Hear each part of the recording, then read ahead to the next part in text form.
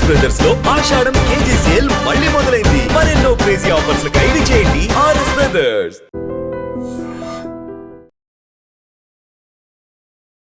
నమస్తే, welcome to I dream. నేను Udayasri. Present మనతో ఉన్నారు కృష్ణ కుమారి గారు, సోషల్ యాక్టివిస్ట్. మాట్లాడదాం. నమస్తే అండి. నమస్తే. గండికోటలో వైష్ణవి మర్డర్ కేసులో ఎన్నో రకరకాల అనుమానాలు వ్యక్తమవుతున్నాయి. ఇప్పటివరకైతే ఎట్లాంటి క్లారిటీ రాలేదు, కానీ వాళ్ళ కజిన్ పైన అనుమానాలు ఉన్నాయి.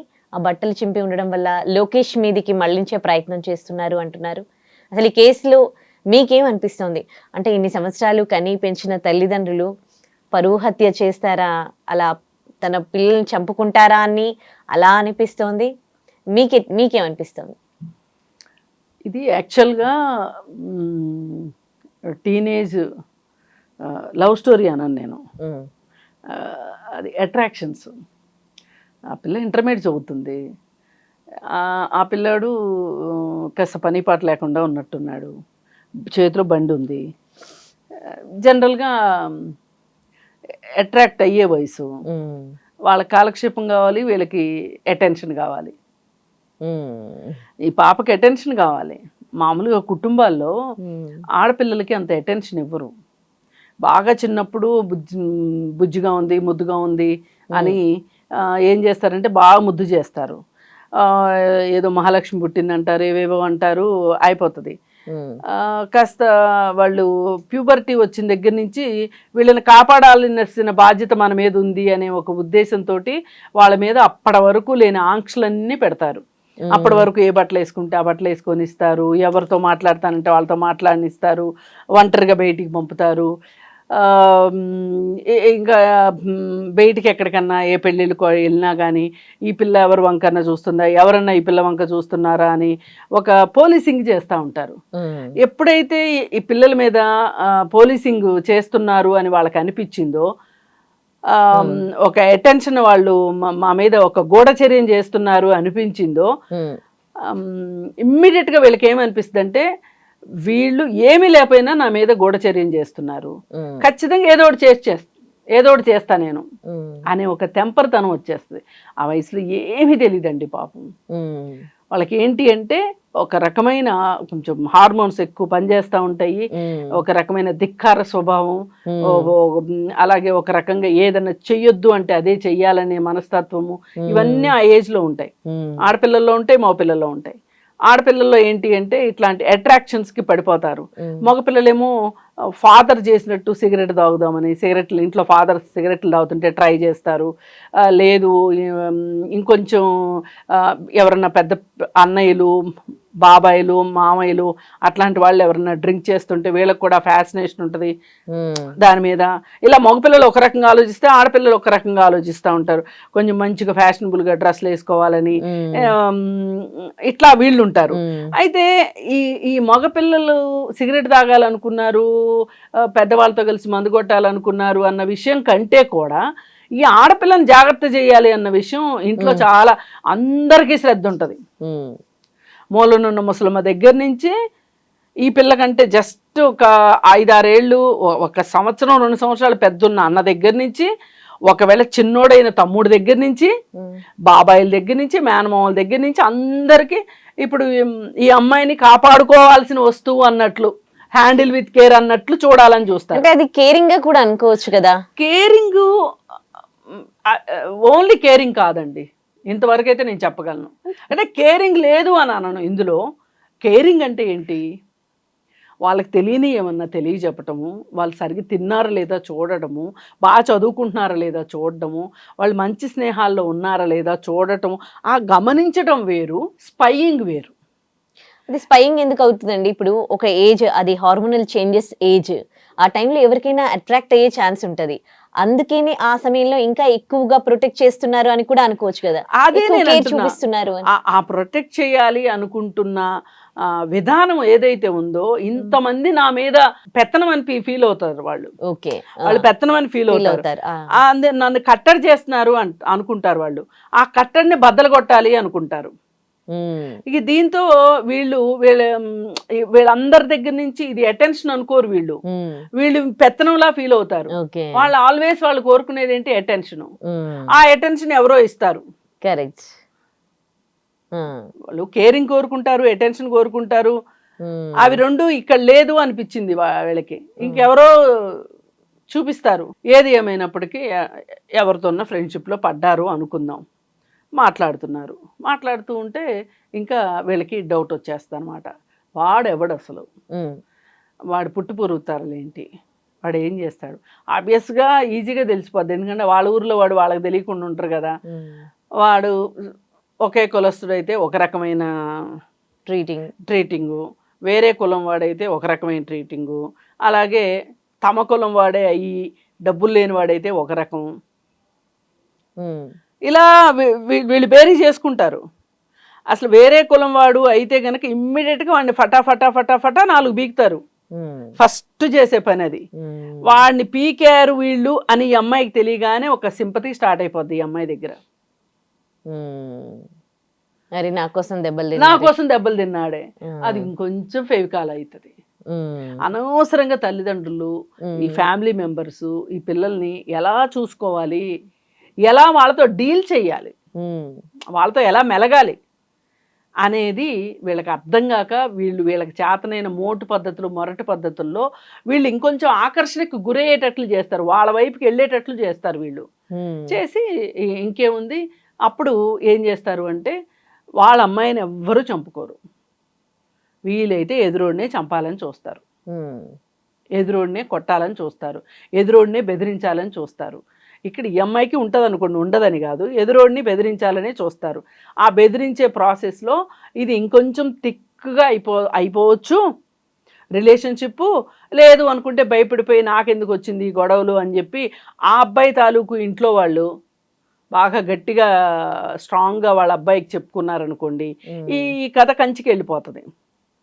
ఎప్పుడైతే అటు సైడు తల్లిదండ్రులకి అక్కడి నుంచి కూడా ఏమైనా పెంపక లోపాలు ఉంటే, ఈ పిల్లోడు ఆల్రెడీ ఒక గ్యాంగులు మెయింటైన్ చేస్తూ ఒక గ్యాంగులో ఉంటూ వీడి కోసం ఒక నలుగురు వచ్చి దెబ్బలు తినడానికి కూడా సిద్ధమైనోడు అనుకోండి, ఇంక వీడు ఫైట్కి రెడీ అయిపోతాడు. అంటే ఇక్కడ మనం చెప్పొచ్చేది ఏంటి అంటే, ఆ వయసులో వాళ్ళు అబ్బాయిలు ఈ అమ్మాయిల కన్నా కొంచెం వయసు పెద్దవాళ్ళైనా సేమ్ వయసు వాళ్ళైనా ఏ వయసులో ఎవరు ఏం పని చెయ్యాలి అనేది మనకి నిర్దేశం అయిపోయింది. పిల్లలు చదువుకోవాలి, కాలేజ్ స్టూడెంట్స్ చదువుకోవాలి, చదువులు అయిపోయిన తర్వాత ఉద్యోగాలు, వ్యాపారాలు, ఏదో ఒక పని, సంథింగ్ ఒక పని మీద ఉండాలి.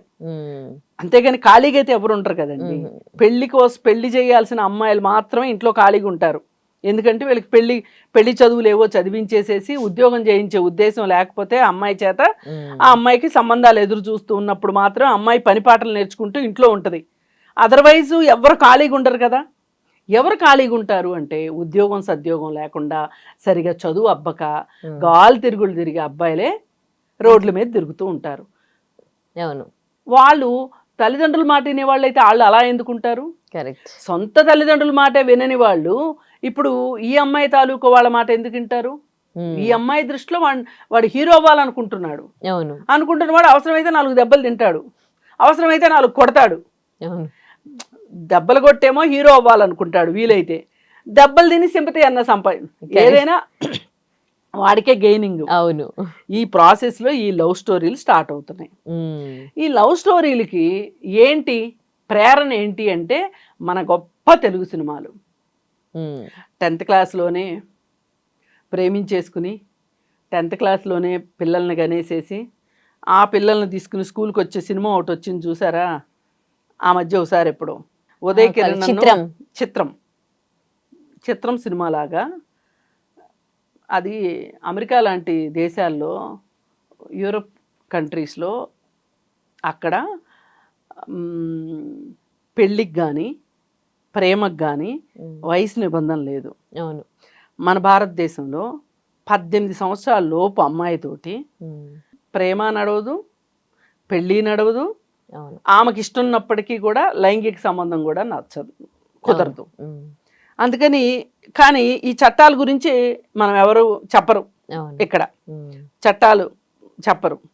కానీ మనం ఎప్పుడన్నా ఏదైనా ఒక ఎగ్జాంపుల్గా సినిమా తీయాలి అనుకుంటే వెస్ట్రన్ కల్చర్ అని తిట్టుకుంటూనే ఆ కల్చర్ ప్రకారం మనం సినిమాలు తీస్తాం. ఇక్కడ అవి చూసి వీళ్ళు అదంతా మనం కూడా చేయొచ్చు అనుకుని వీళ్ళు మొదలెడతారు, వీళ్ళు ఇన్స్పైర్ అయిపోతారు. అయిపోయిన దాని తాలూకు పర్యవసానమే ఇట్లా ఈ ఇంటర్మీడియట్లో పెళ్ళిళ్ళు, 10th క్లాస్లో పెళ్ళిళ్ళు. మీరేం ఆశ్చర్యపోవక్కర్లా, అది ప్రేమని కాదు కానీ 5వ తారీఖు 5వ తరగతి 4వ తరగతిలోనే ప్రేమలేఖలు నడుస్తున్నాయంటే మీరు నమ్ముతారో లేదో మరి. అవును, నమ్మాల్సి వస్తుంది, చూస్తున్నాం కదా సోషల్ మీడియాలో.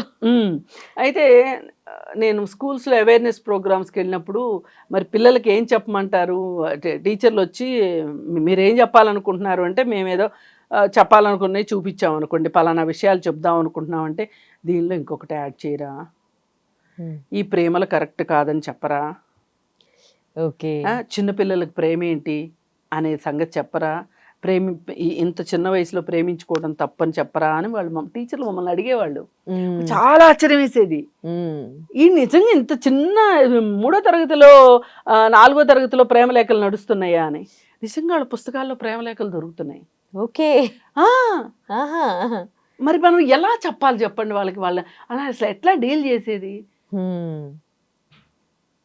అంటే సమస్య ఈ సినిమాల వల్ల, ఈ సోషల్ మీడియా వల్ల ఎంత దారుణం అయిపోయింది. ఇంకా అప్పుడు నేను అవేర్నెస్ ప్రోగ్రాంలకు వెళ్ళినప్పుడు ఇంత సెల్ ఫోన్ లేదు, ఇంత ఓటీటీలు లేవు, ఇంత యూట్యూబ్ లేదు అప్పుడు. ఇప్పుడు ఆ రీల్స్ షార్ట్స్ చూస్తుంటే చాలా చిన్న పిల్లలు ప్రేమ గురించి మాట్లాడేస్తున్నారు. మరి ఈ పరిస్థితులన్నీ ఇలా ఉండగా ఇప్పుడు ఈ అమ్మాయి, ఈ గండికోట అమ్మాయి ఒక అబ్బాయి బండి మీద వెళ్ళింది అంటే మామూలుగా అయితే తప్పట్టొచ్చునా? తప్పట్లేము. కానీ ఆ ఇంట్లో వాళ్ళకి అది తప్పు అనిపించింది. ఈ అమ్మాయి ఎవరితో తిరుగుతుంది, పలానా లోకేష్ అనేవాడితో తిరుగుతుంది, అర్థమైపోయింది వాళ్ళకి. వాడిని ఏదో ఒకటి చెయ్యాలి అని డిసైడ్ అయ్యారు వాళ్ళు. డిసైడ్ అయ్యి ఎప్పుడైతే వీడు ఈ అమ్మాయిని ఎక్కించుకొని బండి మీద వెళ్ళాడో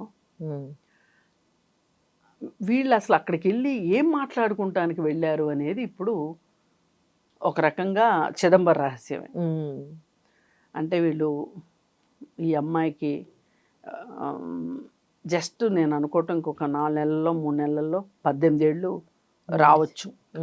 ఇప్పుడు 2nd ఇయర్ అనుకుంటా, 17 ఏళ్ళని రాస్తున్నారు కదా.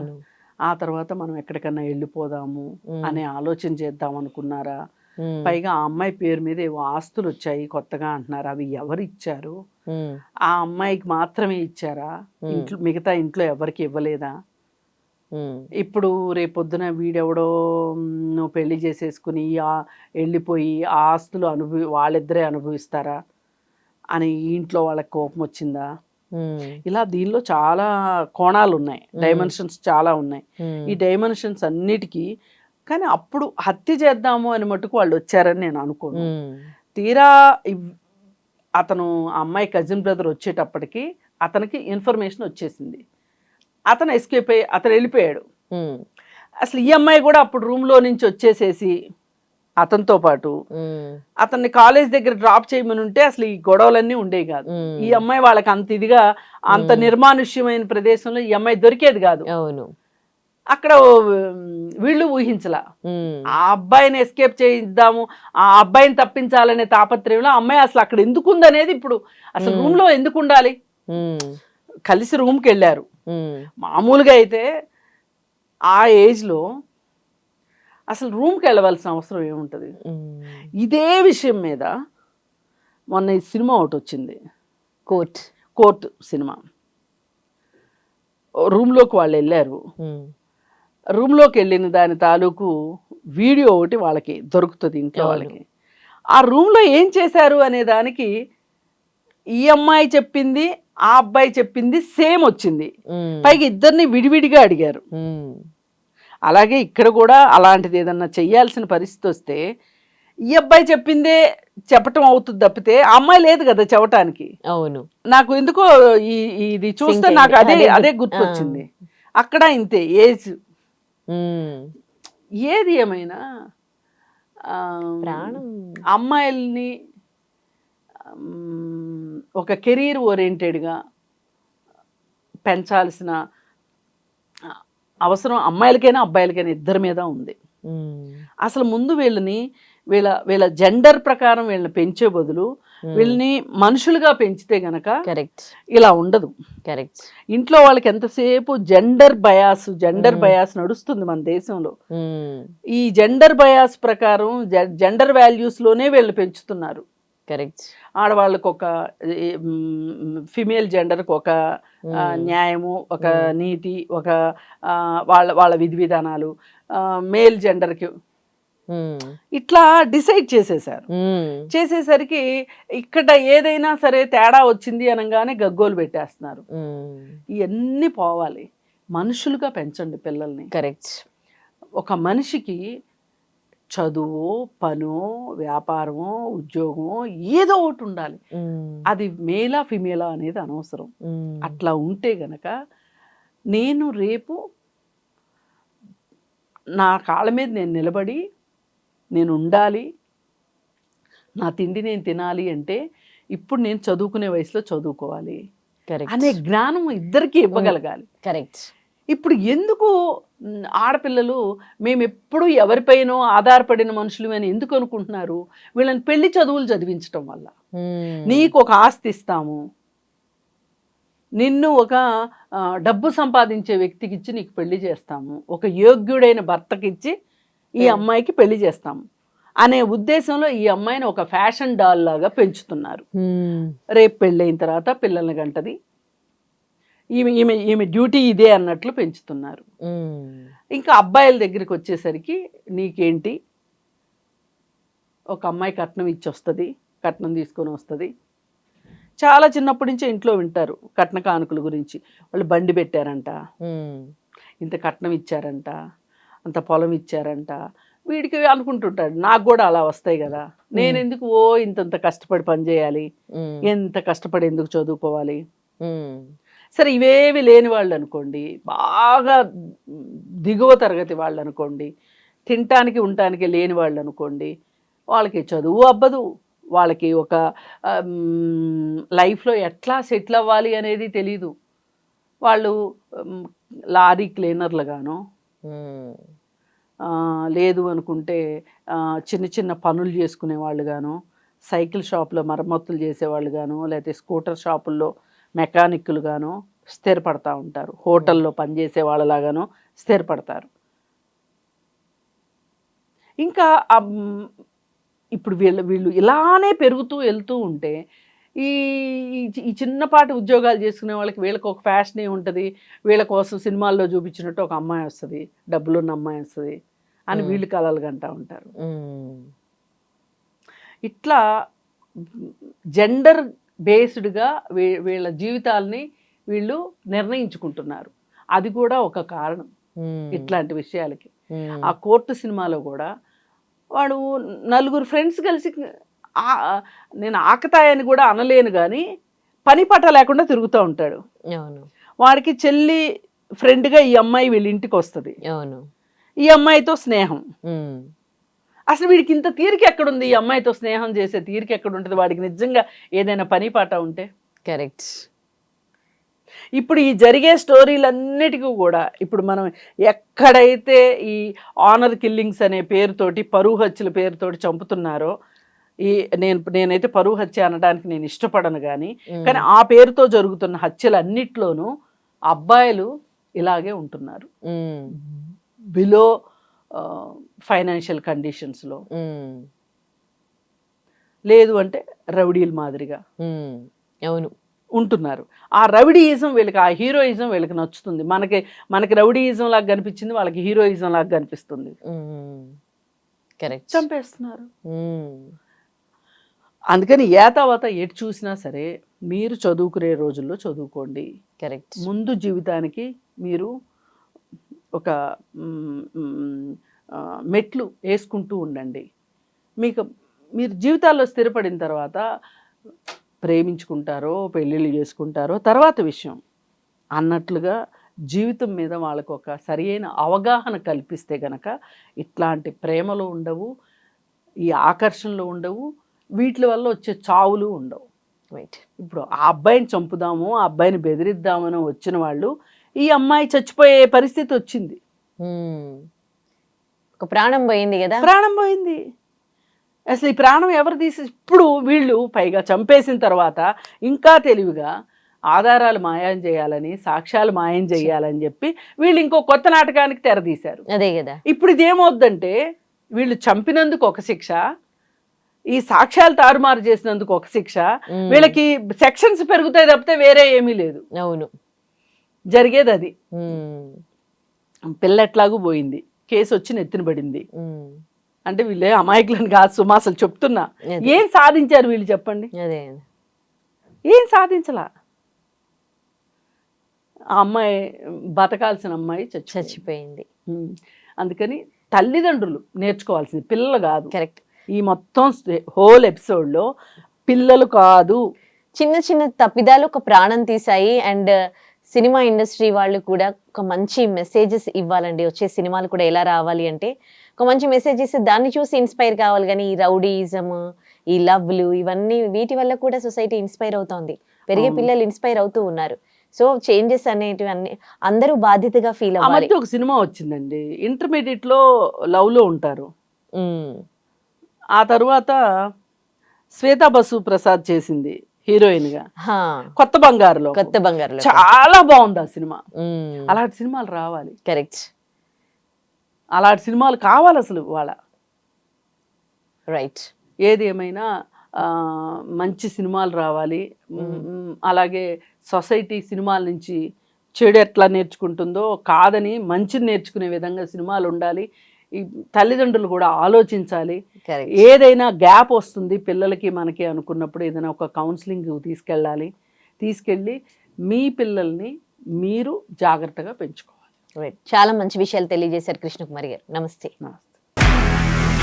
నిజంగా ప్రస్తుతం ఉన్నటువంటి సమాజం దేనికి ప్రయారిటీ ఇస్తుంది? ఆర్థిక సంబంధాల చుట్టూ మాత్రమే తిరుగుతుంది. మళ్ళీ ఎన్నికలంగానే చాలా విరక్తి కలుగుతున్నాం. మంచి అనిపిస్తుంది కదా, లేడీస్ కూడా ఛాలెంజింగ్ జాబ్స్ చేసినప్పుడు చాలా బాగుంటది. ట్రాఫిక్ అసిస్టెంట్స్ గా నియమించిన ట్రాన్స్జెండర్స్ అందరితో సాల్యూట్ చేయించుకుంటున్నారు. ఫుడ్ డెలివరీ ఇవ్వటానికి వెళ్ళినటువంటి డెలివరీ బాయ్ అనిల్ పై కళ్ళ ముందు